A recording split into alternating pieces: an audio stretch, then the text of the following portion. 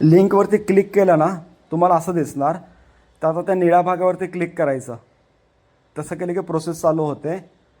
त्यानंतर इथे क्लिक करायचं, तिसरावाला ऑप्शन निवडायचा, ओकेवरती क्लिक करायचं. ओकेवरती क्लिक केल्यानंतर इथे पुन्हा ओकेवरती करायचं. आता तुम्हाला असं दिसणार. असं दिसलं की आपण ते स्क्रीन आडवी करतो ना, ऑटो रोटेटचा ऑप्शन असतो, तो सिलेक्ट करायचा आणि स्क्रीन पुन्हा आडवी करायची. आता आडवी केल्यानंतर तुम्हाला असं दिसणार की काय केलं आहे ते आपण.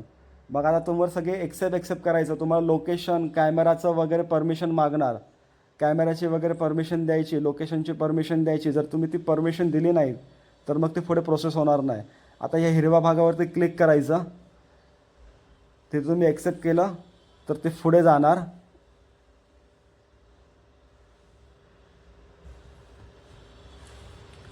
जेव्हा तुम्हाला परमिशन मागेल तेव्हा एक्सेप्ट करायचं. निळ्या भागावरती एक्सेप्ट करायचं.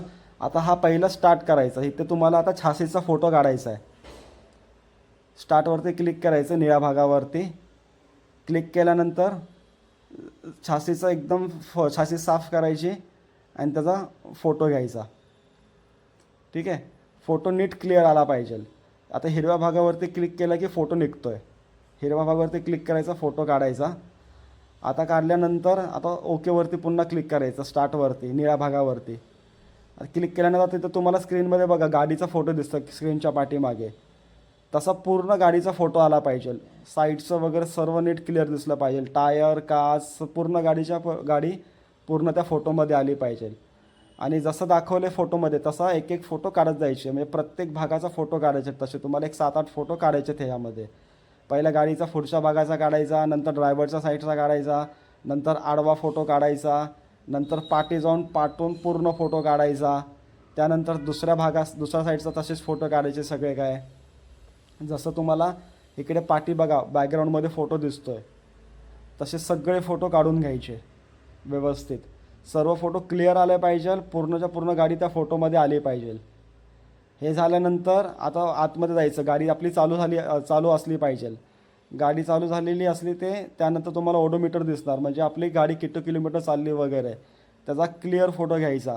तो नंबर नीट व्यवस्थित दिसला पाहिजे किती किलोमीटर आपली गाडी चालली ती.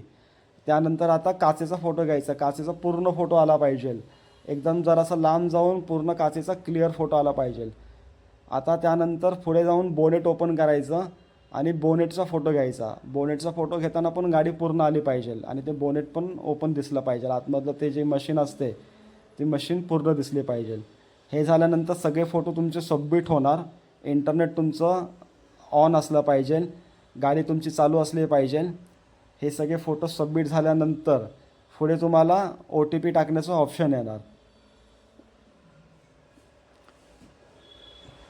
हे बघा असं चालू होतं. तुमचं इंटरनेट नीट असलं पाहिजे. आता इथे तुम्हाला विचारते एजंटला OTP पाठवायचा आहे का कस्टमरला पाठवायचा आहे. तुम्ही दोघांपैकी कोणता पण ऑप्शन सिलेक्ट करा आणि मला कॉल करायचा.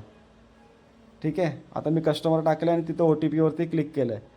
तिथे आता OTP आला तर मी OTP टाकणार आणि त्या जो हिरवा भाग आहे तिथे सिलेक्ट करणार. आता OTP टाकला बघा. आता मी OTP टाकतो आहे.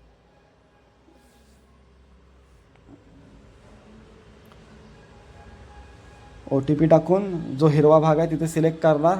म्हणजे हे सगळे जे आपण प्रोसेस केलेलं आहे ही सगळी प्रोसेस आपली सबमिट होणार. असं झालं की सगळी आपली व्यवस्थित होते.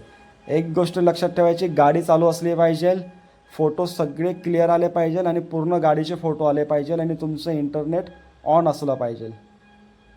ठीक आहे.